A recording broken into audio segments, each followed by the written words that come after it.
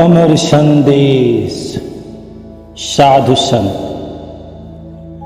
संसारिक या व्यावहारिक विद्या की प्राप्ति के अलग अलग स्तर हैं और बीए, एमए आदि अलग अलग डिग्रियां हैं। इनका संबंध विद्यार्थी के धर्म, जाति, मजहब, मुल्क आदि से नहीं बल्कि विद्या प्राप्ति के स्तर से होता है।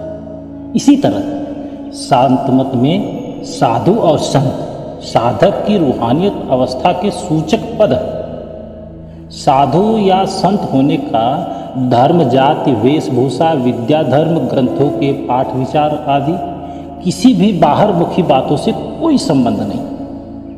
कबीर साहब ने अपनी वाणी में कहा कि साध सोई जिन यह गढ़ लीन्हा, 9 दरवाजे परगट चिन्हा, 10वां खोल जाय जिन दिन्हा, जहाँ कुलुह रहमार है। संत महात्माओं ने आंतरिक रूहानियत जगत को 5 मंडलों में बांटा है। नीचे से ऊपर की तरफ दूसरी रूहानी मंडल को त्रिकुटी कहा जाता है और तीसरी रूहानी मंडल को 10वां द्वार कहा जाता है। कबीर साहब इशारा करते हैं कि जो साधक मन इंद्रियों को वश में करके 10वें द्वार में पहुंच गया वह सच्चा साधु है। आप इसको आगे कहते हैं कि 2 पर्वत के संग निहारो, भंवर गुफा ते संत पुकारो, हंसा करत केल अपारो, जहां गुरन दरबारा है। ये इशारा करते हैं कि जो साधक चौथे रूहानी मंडल पर भंवर गुफा को पार करके सतलोक में दाखिल हो जाते हैं वह सच्चा संत है। इस अवस्था को सतगुरु पद भी कहा जाता है। यही सब पूर्ण संतों की वास्तविक धाम है।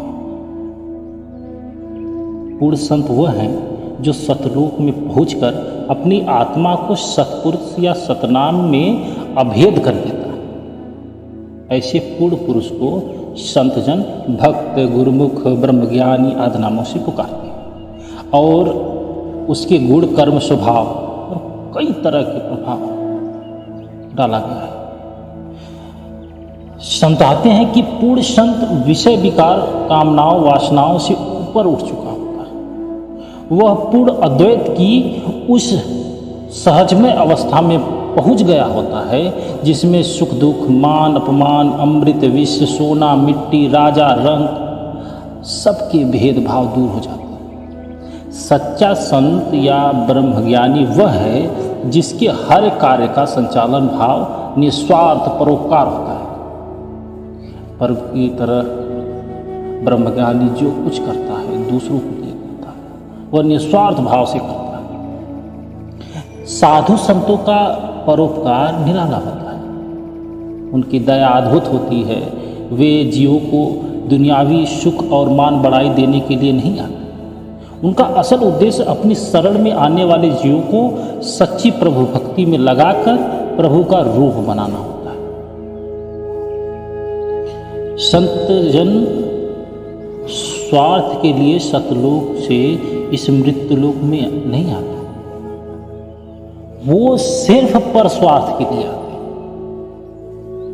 वे हमें प्रभु भक्ति के सच्चे साधन और मार्ग का ज्ञान देते हैं और हर प्रकार की बाहरमुखी पूजा से हमारा ध्यान हटाकर अंतर शब्द या नाम से जोड़।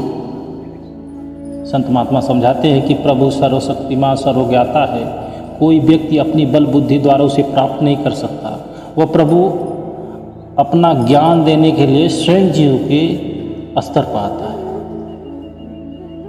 जब वह निराकार प्रभु साकार संत के रूप में प्रकट होकर जीव को अंतर में स्वयं अपने सच्चे नाम से जोड़ देता है तो जीव अंतर में बैठे प्रभु से मिलाप करने के योग्य हो जाता है। पूर्ण संत निराकार प्रभु से प्रेम का साकार आधार है। जब तक प्रभु संत के रूप में साक्षात्कार नहीं करा देता, जीव के अंदर वो प्रेम पैदा नहीं करते, जीव कभी भी संसार से अपना मुंह नहीं तोड़ सकता। जीव दृश्यमान संसार के मोह में खोया हुआ है। वह प्रभु से प्रेम नहीं कर सकता क्योंकि प्रभु दिखाई नहीं देता। गुरु साहिब प्रार्थना करते हैं कि हे प्रभु, तू मुझे सच्चे साधु की संगति प्रदान कर, ताकि मैं उसके द्वारा तुझसे प्रेम कर सकूं और उससे तेरे साथ मिलाप करने का मार्ग जान सकूं, तुझ तक पहुंच सकूं। उनका भाव है कि पूर्ण संत का प्रेम ही प्रभु की प्राप्ति है। कबीर साहब कहते हैं कि कबीरू कसरू भैया भवर भय सब दास, जीव जीव भक्ति कबीर की तियो तियो राम। इशारा करते हैं कि संत सद्गुरु अपने आप को परमात्मा में अभेद कर चुका है, इसलिए उसकी पूजा ही प्रभु की पूजा है। एक जगह कबीर साहब ने लिखा कि जात न पूछो साधु, पूछ लीजियो ज्ञान, मोल करो तलवार पड़न रहंदो में। समझाते हैं कि परमार्थ में सच्चे चाहवान को संत महात्माओं की जात पात, कौम, मजहब, मुल्क, वेशभूषा आदि के बारे में कभी नहीं सोचना चाहिए। केवल यह देखना चाहिए कि परमात्मा की प्राप्ति में, उस प्रभु की भक्ति में ये महात्मा किस तरह रम चुका है। जो भी महात्मा स्वयं शब्द या नाम की कमाई करता है और शिष्य को भी नाम की कमाई करने की युक्ति सिखाता है, उसकी शरण प्राप्त करने में किसी प्रकार की झिझक नहीं करनी चाहिए। जय गुरुदेव।